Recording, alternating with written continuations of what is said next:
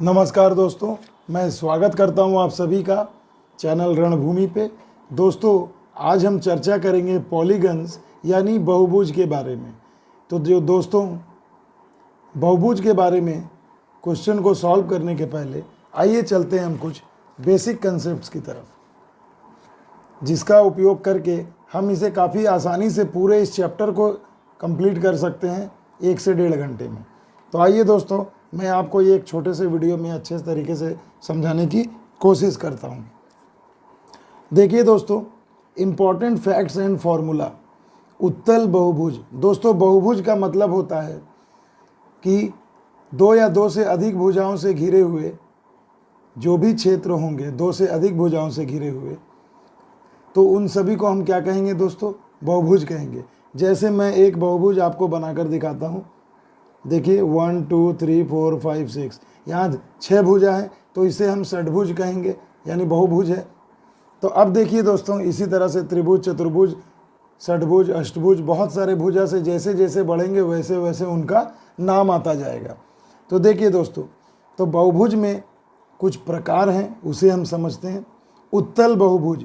तो देखिए दोस्तों, कोई भी बहुभुज जिसका कोई भी अंतः कोण, माने ये अंदर वाला कोण 180 डिग्री से अधिक नहीं हो, तो उसे हम उत्तल बहुभुज कहेंगे।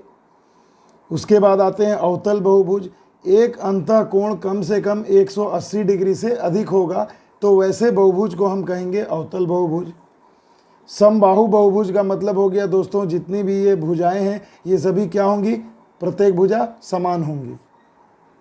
उसके बाद ये जो नीचे के जो 3 फॉर्मूला है दोस्तों, इसी पर हम पूरे चैप्टर को कंप्लीट करेंगे। देखिए, प्रत्येक बहिष्कोण। अब देखिए दोस्तों, ये जो बहुभुज बना और ये इसकी एक भुजा को हमने बढ़ा दिया, अब ये जो बहिष्कोण बनेगी दोस्तों, तो प्रत्येक बहिष्कोण का मान क्या होगा? तो देखिए, सभी बहिष्कोणों का योग होता है 360, और उसे अगर हम भुजा की संख्या यानी n से डिवाइड कर दें तो जो वैल्यू आएगी वो हो जाएगा प्रत्येक बहिष्कोण का मान, यानी 360/n डिग्री। उसके बाद आते हैं दोस्तों प्रत्येक अंतः कोण का मान। तो देखिए दोस्तों, अंतः कोणों का मान का फॉर्मूला होता है 2n-4 × 90। अंतः कोणों के योग, यानी इसके अंदर जितने भी अंतः कोण बनेंगे इन सभी का योग का फॉर्मूला होता है दोस्तों 2n-4 × 90 डिग्री। और अगर प्रत्येक कोण का मान आपसे पूछा जाए तो आप सिंपली योग में प्रत्येक भुजा से, टोटल नंबर ऑफ भुजा से आप डिवाइड कर दें। और सबसे इम्पॉर्टेंट दोस्तों, विकर्णों की संख्या, जो है बहुत ज़्यादा आजकल एग्जाम में पूछे जाते हैं, तो उसका फॉर्मूला होता है n² - 3n/2। यहाँ सभी n जो आप देख पा रहे हैं ये सभी उस बहुभुज के भुजाओं की संख्या है। तो आइए दोस्तों, चलते हैं हम क्वेश्चन की ओर। तो देखिए दोस्तों, जैसा कि पहला क्वेश्चन आप देख पा रहे हैं, एक पंचभुज है। देखिए, हमें भुजा पता है कितनी है दोस्तों? पंचभुज है, यानी 5 भुजा होंगे, के 4 अंतः कोणों के माप क्रमशः 130, 85, 108 और 182 है। तो 5वें कोण का माप कितना होगा? तो दोस्तों, पहले आपको ये पता होना चाहिए कि एक पंचभुज जो हम बनाएंगे, उस पंचभुज के प्रत्येक मतलब टोटल अंतः कोणों, सभी अंतः कोणों का योग कितना होगा। तो अंतः कोण के योग का भी मैंने फॉर्मूला आपको बताया 2n-4 × 90। यहाँ आप बिठा दें 5, तो हो जाएंगे 2 × 5 - 4 × 90। 10 में से 4 गए 6 × 90, यानी 540 डिग्री। अब देखिए दोस्तों, सभी कोणों का मान हो गया 540 डिग्री, और आपको 4 कोणों का मान यहाँ पर दिया गया दोस्तों। आप इसे ऐड कर लें, 130, 85, 108 और ये 82। 15, 1, 8, 8, 16, 2, 3, 4, यानी देखिए दोस्तों, सभी 4 कोणों का मान हो गया 405 डिग्री। और आपको पता है कि टोटल कोणों का, अंतः कोणों का योग है 540। तो 5वां कोण कितना होगा दोस्तों? आप सिंपल इन दोनों को माइनस कर दें तो वैल्यू आ जाएगी 135 डिग्री। तो देखिए, यहाँ आपका जवाब हो जाएगा 135 डिग्री। तो देखिए दोस्तों, काफ़ी आसानी से हमने इसे सॉल्व कर लिया। आइए चलते हैं अगले क्वेश्चन की ओर। एक सप्तभुज के कोण क्रमशः इस अनुपात में दिए गए हैं, इनका न्यूनतम कोण कितना है? तो सबसे पहले देखिए दोस्तों, यहाँ पर 1 2 3 4 5 6 7 8 8 यहाँ पर कोण बन रहे हैं दोस्तों। तो अब यहाँ पर देखिए इनका न्यूनतम कोण कितना होगा। तो सबसे पहले आप किसी सप्तभुज के सभी कोणों का योग निकाल लें दोस्तों, तो वही फॉर्मूला 2n - 4 × 90। यहाँ अगर आप वैल्यू 7 पुट करते हैं तो हो जाएंगे 7 दूनी 14, 14 में से 4 गए 10, यानी टोटल हो जाएंगे 900 डिग्री। अब ये 900 डिग्री जो है ये बराबर होगा इन सभी अनुपातिक योग के। तो अगर हम इसे जोड़ते हैं 8 7 15, 6 21, 5 26, 4 30, 3 33, 2 35 और 1 36। तो देखिए दोस्तों, यहाँ पर इस क्वेश्चन में एक मिस्टेक है, यहाँ पर 6 नहीं होगा क्योंकि सप्तभुज है तो 7 कोण बनने चाहिए। तो देखिए अब अगर हम इसे ऐड करते हैं 8 7 15, 5 20, 4 24, 3 27, 2 29 और 1 30, यानी ये 30 इकाई जो है बराबर होगी दोस्तों, 30 इकाई जो होगी बराबर होगी 900 डिग्री के। तो एक इकाई कितने के बराबर होगी? 30 डिग्री की। तो यहाँ आपसे पूछा गया इसका न्यूनतम कोण कितना होगा। तो देखिए इस अनुपात में सबसे न्यूनतम अनुपात है 1, यानी एक इकाई बराबर है 30 डिग्री के। तो आपका आंसर हो जाएगा 30 डिग्री। तो देखिए दोस्तों, काफ़ी आसानी से हमने इसे सॉल्व कर लिया। अब देखिए इसी क्वेश्चन में आगे देखते हैं दोस्तों। यहाँ दिया गया किसी षटभुज के कोणों का योग कितना होगा। तो देखिए दोस्तों, किसी षटभुज के कोणों का योग कितना होगा, तो आपके पास फॉर्मूला है 2n - 4 × 90 डिग्री। तो षटभुज यानी 6 भुजा, 2 × 6 - 4 × 90 कर दें आप, तो हो जाएंगे 6 दूनी 12, 8 8 9 72, 720 डिग्री। तो देखिए आपका जवाब आ गया 720 डिग्री। आइए दोस्तों चलते हैं अगले क्वेश्चन की ओर।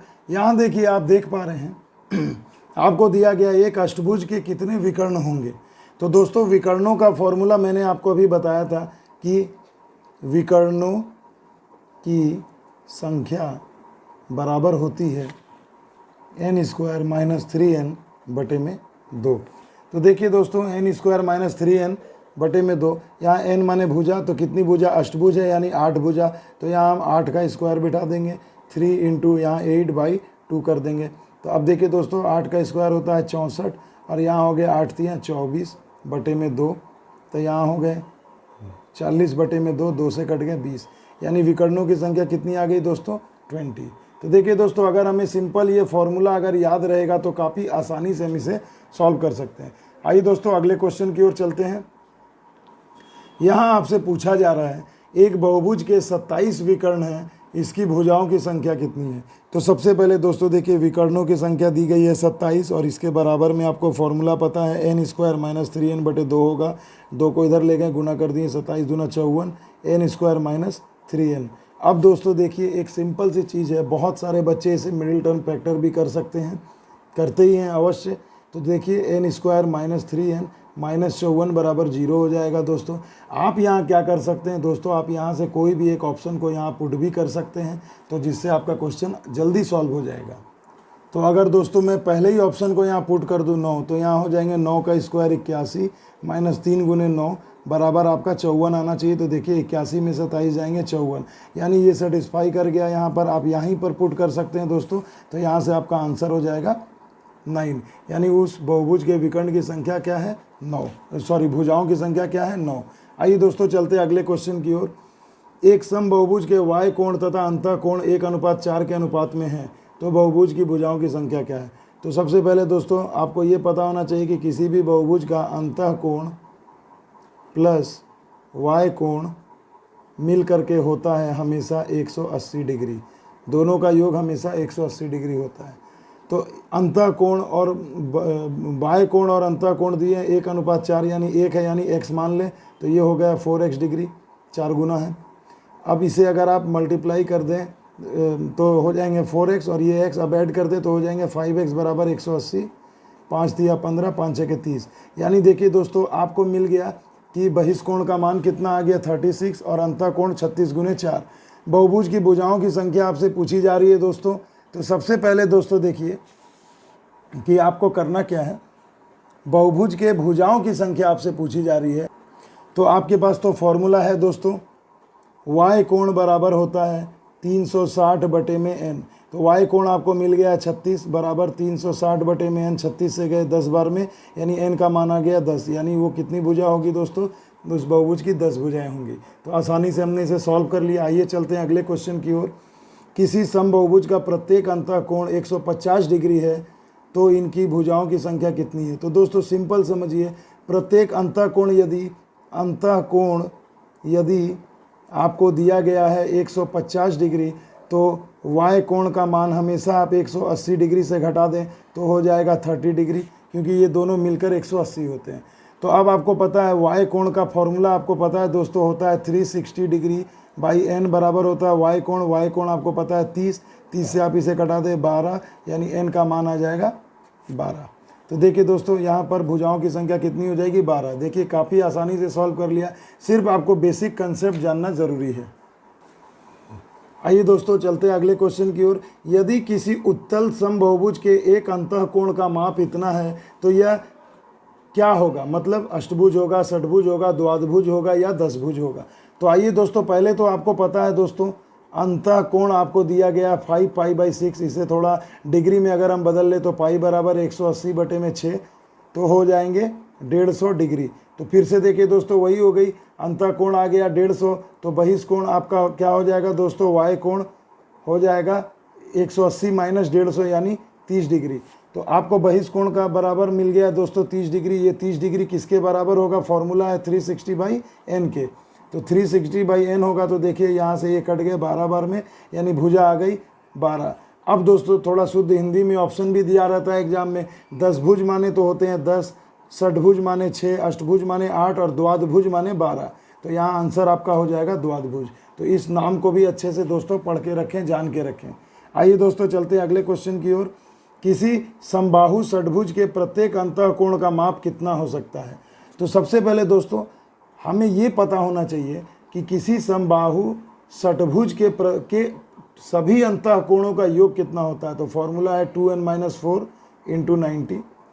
अब यहाँ पर आप षटभुज है तो 6 बिठा दें, तो 2 × 6 - 4 × 90, यहाँ 8×9 = 72, यानी हो गए 720 डिग्री। सभी अंतःकोणों का मान होता है दोस्तों 720 डिग्री। और आपकी भुजा कितनी है, षटभुज है, यानी अगर आप इसे 6 से डिवाइड कर दें, षटभुज है, तो आपको प्रत्येक अंतःकोण का मान मिल जाएगा 120 डिग्री। तो ये आपका आंसर हो गया 120 डिग्री।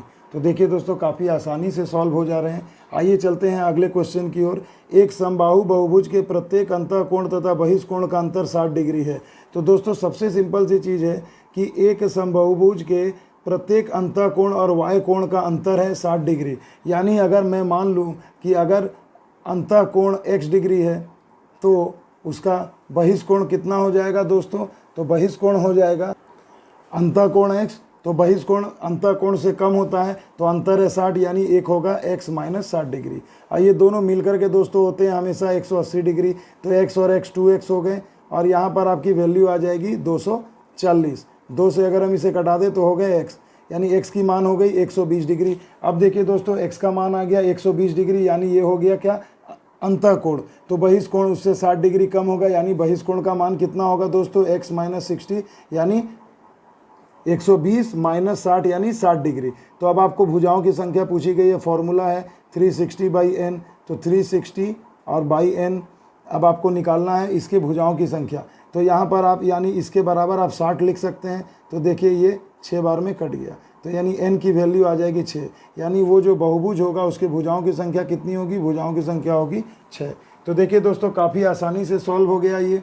आइए दोस्तों चलते हैं अगले क्वेश्चन की ओर। यहाँ आप देख पा रहे हैं दोस्तों, एक समबाहु बहुभुज के सभी अंतःकोणों का योग उसके सभी y कोणों के योग का दुगना है, तो यह बहुभुज क्या होगा। तो सबसे सिंपल सी चीज़ है, अंतःकोण, सभी अंतःकोण यानी उनका योग 2n-4 × 90 डिग्री। ये कहा जा रहा है उसके सभी y कोणों के योग का दुगना होगा। तो आपको पता है दोस्तों, अभी मैंने वीडियो के प्रारंभ में आपको बताया कि एक बहुभुज के सभी y कोणों का योग होता है 360 डिग्री। तो ये सभी अंतःकोणों का योग उसके y कोण का दोगुना है। तो आप यहाँ 2 से मल्टीप्लाई कर सकते हैं इक्वेशन बनाने के लिए। अब देखिए यहाँ से आपको n की वैल्यू निकल जाएगी। तो देखिए अगर मैं इसे कटा दूँ 9 चौके 36, 4 दूनी 8, यानी 2n-4 = 8। 2n बराबर हो जाएंगे 8 और 4 12, तो n बराबर हो गए 6। तो देखिए उसकी भुजा कितनी निकल गई, 6। तो यहाँ पर ऑप्शन में आप कर सकते हैं कि ये षटभुज होगा। तो देखिए दोस्तों मेरा ये एक छोटा सा प्रयास था कि आपको एक ही वीडियो में बहुभुज से रिलेटेड जितने इंपॉर्टेंट क्वेश्चन और बेसिक कंसेप्ट मैं दे सकता था मैंने आपको दे दिया। अगर मेरा ये वीडियो आपको पसंद आए तो इसे ज़्यादा से ज़्यादा लाइक करें दोस्तों, शेयर करें, इसे अच्छे से देखें और अपने फ्रेंड्स को शेयर करें और सब्सक्राइब ज़रूर करें दोस्तों, और बेल आइकन को भी दबाएं ताकि जब भी मैं नई वीडियो कभी भी पोस्ट करूँ यूट्यूब पे तो आपको नोटिफिकेशन मिलता रहे। तब तक के लिए दोस्तों मिलते हैं अगले वीडियो में। जय हिंद, जय भारत।